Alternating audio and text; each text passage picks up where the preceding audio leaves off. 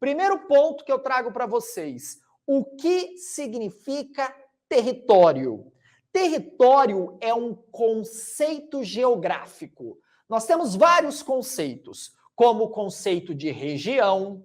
Região é para facilitar a minha administração, como o conceito de lugar.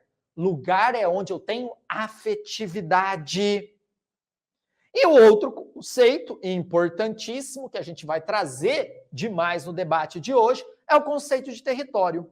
Território é fácil de se entender. É só você lembrar que território é poder.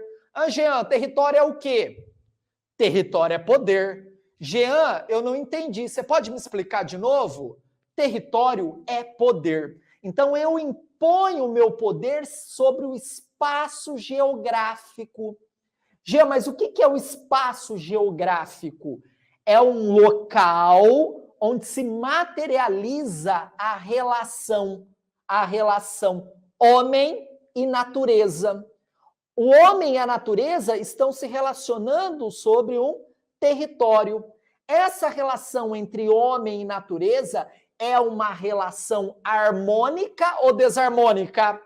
Essa relação homem-natureza é uma relação harmônica ou desarmônica? Desarmônica. O homem se apropria da natureza para transformar em produtos. Dando exemplo, eu vou pegar ali o minério de ferro, vou transformar em aço e depois num automóvel. Tudo bem? Tranquilo? Então é uma relação desarmônica. Por quê? A própria natureza ela não aceita essa relação. Jean, me dá um exemplo de um ataque da natureza frente a essas transformações do homem sobre o meio natural. Gente, é só lembrar de Brumadinho, é só lembrar de Mariana. O homem vai lá, retira o minério de ferro, nesse exemplo que eu dei, e qual que foi a resposta da natureza? Qual que foi? Aquela tragédia que todo mundo já sabe. Essa é uma resposta, por quê? É uma relação desarmônica, é uma relação desproporcional. O homem, ele vai modificar a natureza de forma desproporcional e não sustentável. Sustentável é equilibrada, é equilibrado. Isso é outro conceito geográfico, conceito de espaço geográfico.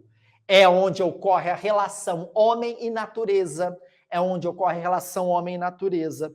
E esse território, o homem vai impor as suas leis a partir da Constituição, no caso do Brasil, que é a lei maior, Constituição Cidadã de 1988, promulgada por Ulisses Guimarães, né, um grande político que morreu no acidente de helicóptero em Paraty, uma perda, cara, gigantesca para o nosso país naquele momento, e a nossa defesa. Então nós temos ali o Exército, a Marinha, a Aeronáutica protegendo o nosso território. Quando a gente vai para a Ucrânia, nós temos o quê? Leis que vão juramentar que esse território delimitado por essa fronteira é do povo ucraniano, aliado ao quê? Ao exército ucraniano. Tá, Jean, mas é só isso que ratifica a posse do território para uma nação, para que ela tenha soberania sobre esse território? Não, não é só isso. Você tem o quê? Leis internacionais que também vão ratificar isso. Então você tem ali a ONU, que vai criar várias cartas, leis, para que os países falem, olha, isso aqui é meu, isso aqui é meu. E alguns países se juntam, formam grupos militares para proteção territorial, como é o caso da Organização do Tratado do Atlântico Norte, a OTAN, que existe até hoje. E lá na Guerra Fria você tinha também o quê? O Pacto de Varsóvia, que era o grupo de países alinhados à União Soviética. Esses dois grupos, eles existem para proteção do território. Proteção do território. Principalmente daqueles países que não têm uma lei pesada que protege e o principal, que tem o quê? Uma população pequena, consequentemente um exército pequeno, que não consegue se proteger. Como, por exemplo, os países bálticos. Os países bálticos. Jean, quem são esses países bálticos? Me explica aí, ó. Os países bálticos, eles pertenciam à União das Repúblicas Socialistas Soviéticas, como Lituânia, Letônia, Estônia. Esses países, eles aderiram à OTAN como uma forma de proteção, já que eles vislumbraram no passado que a Rússia queria voltar a ser União das Repúblicas Socialistas Soviéticas. Tá, Gia, mas por que você disse isso? Quem é você para falar que a Rússia quer se tornar a União das Repúblicas Socialistas Soviéticas? É só você ver a fala do Vladimir Putin. Você já escutou a fala do Putin? Ele diz que a maior tragédia do século XX foi o quê? O fim da União Soviética. Então ele faz, né?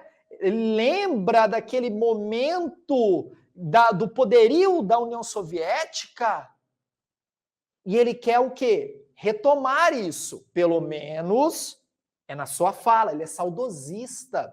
O Putin, ele é saudosista. E ele não esconde isso. Não esconde. É uma das justificativas que levam a Rússia a querer dominar um território que é soberano de um povo. Soberano de um povo. Os ucranianos detêm a posse desse território, no qual nós temos as principais cidades de Lviv, Kiev, que é a capital, Kharkiv, Kherson, Mariupol, Donetsk, Luhansk. Essas são as principais cidades da Ucrânia. Aqui, ó, a divisão territorial. Lembrando vocês que a Ucrânia é um país jovem, né, que ele emergiu com o fim da União Soviética. Para que ele se tornasse um país soberano, ele foi obrigado a entregar suas ogivas nucleares. A Ucrânia era a terceira maior potência nuclear do mundo. Eles aceitaram entregar para se tornar independentes.